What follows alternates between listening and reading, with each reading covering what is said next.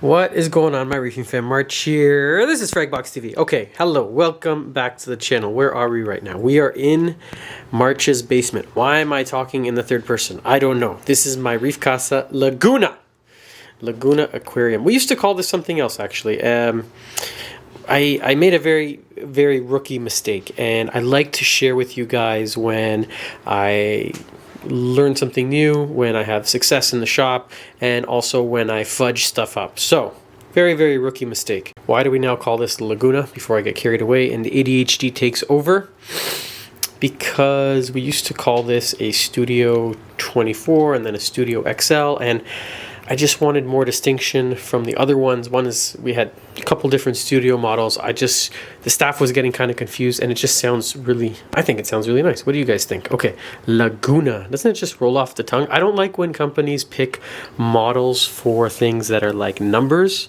You know, like the Mercedes-Benz GLC 450. What the heck is that? I like names like, you know, like Escalade, like Camaro, you know, like Chevelle, things like that really just, they have a feeling behind them. So anyways, the tank is doing pretty well, except for right over here, the acans, and they were struggling for about a week. And how do I know they're struggling? Well, we never want to see tissue, or sorry, not tissue. We never really want to see skeleton on LPS corals. So you see how they're like really sunken in? This one over here that's looking okay, I just added it recently. Same with these ones. They went in less than a week ago. I like to give them some time on the sand bed to kind of just chill before I go ahead and then glue them to the rock. But look over here, even on this side, they're looking like crap. If you've ever seen some of the other videos in the shop, they're super puffy. Actually, these ones, up until recently, were looking really good. So, what is going on with these, and why do they look like fart? Now, one thing to notice, all the other corals are looking pretty good. The soft corals, they don't take a lot to please, but they look good. You know, our blue pineapple tree, we just added this. He's rocking. The Dr. Fuzzy back there, looking great. Pipe organ, leathers, mushrooms, more leathers, and all the zoas looking good. Hammers, torch, frog spawn, you name it.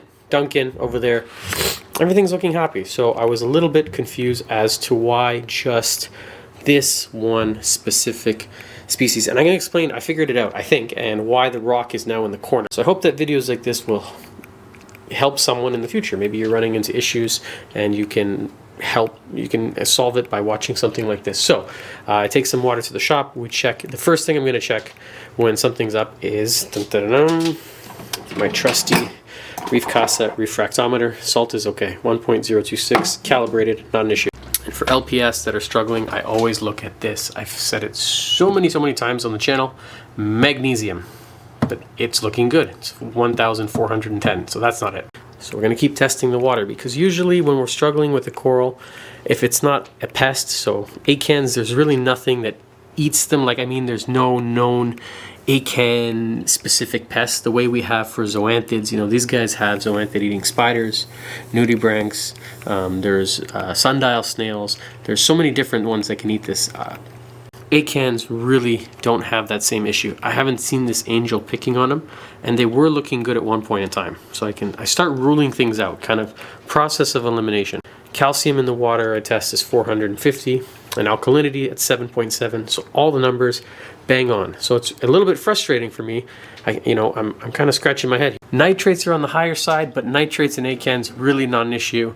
We're running at about 30-40. I am trying to bring them down slowly using these products, and I've also added some macroalgae here into the back. Some dragons, what we call dragon's nest. But I don't think that's the issue, because I've had healthy acans, high nitrates, not really going to bother them.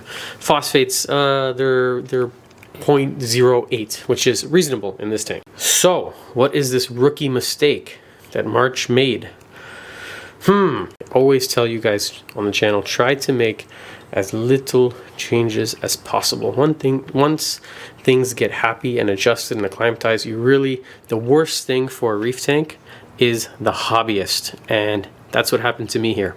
So, to make a long story long, these zoanthids, they look pretty good, but this one over here in particular, this is the everlasting gobstopper, and you see how they're just pulling right off the rock? This is something that I call stretching, and usually that means not enough light. I'm starting to see the same start with the blue agaves. These ones, not so much, but you see how they're stretching right towards the light. It gives them this sort of weird, elongated appearance. They can still be healthy, good color, they can still grow, but I don't personally like when they look like that. So I wanted to get them to get closer to the rock. I wanted them to be more flat in appearance. It's just the way I like them to look. And you can get better color when they look like that. Instead of stretching like this, I find that sometimes the color will get a little bit diluted, if that makes sense. So, in all my wisdom, all my reef keeping experience, and all the advice I give you guys on the channel not to do, what do? I go and start dicking around with the light. So I wanted to enjoy a little bit more of the tank because I found that it's, you know, when I was leaving in the morning, it was just starting to come on. I really didn't get to see it, and by the time I was getting home from work, around 7 or 8, it was starting to dim. So I added an hour on either end, an hour earlier and an hour later. And I also adjusted the intensity because I was trying to give them a little bit more light, and my brain fart wasn't working. I wasn't thinking, but this rock over here, the acans were actually dead center. So in trying to make these not even more happy, they look good, in trying to please myself over something so not that important, I ended up, I think, doing harm to the acans because these are a low light coral. They really thrive in like super low light conditions. I have them at some spots in the store under 40 par, 50 par, and they look great. They're just like swollen and swollen in a good way, not swollen like people. Like my friend Jalapeno, who's behind me with a broken foot. If you guys know who he is, he fell off a roof last week. How you doing, Jalapeno? He's over there somewhere. That's bad swollen.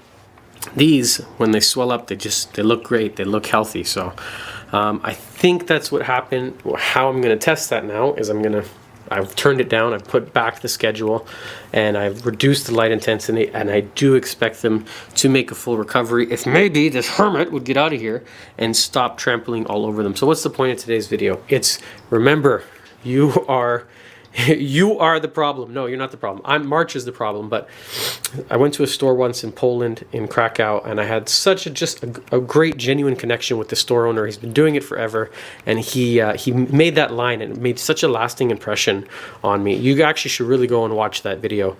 It's a reef store in Poland, and I'd basically just show up unannounced with this camera and start walking through and critiquing, and he was great. He didn't mind at all. That's really what we do a lot on the channel, is travel the world and visit other store owners like myself to try and learn and share about everything to do with these saltwater tanks. And so at the end of that conversation, he said the worst thing for the aquarium is the hobbyist. And I forgot that lesson, and I want to get it printed on a shirt so I can remember sometimes just let it be. Don't touch the light. And that's part of the reason why we are coming out with this non-Wi-Fi control, non-Bluetooth, no smart connectivity, just right here.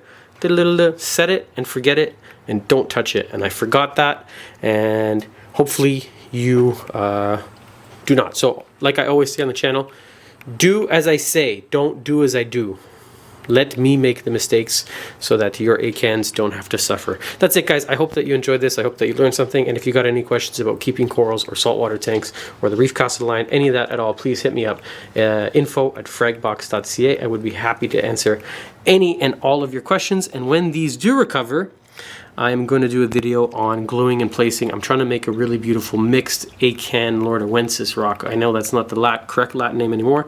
I don't care. I'm old school. I'm going to leave it. Okay, you know what? Before I let you go, you know what I should have done, really? Instead of playing with the light to make just 1 or 2 zoas happy, I should have shifted this rock closer to the light, or I should have moved those zoas, but they're kind of glued on there now quite well.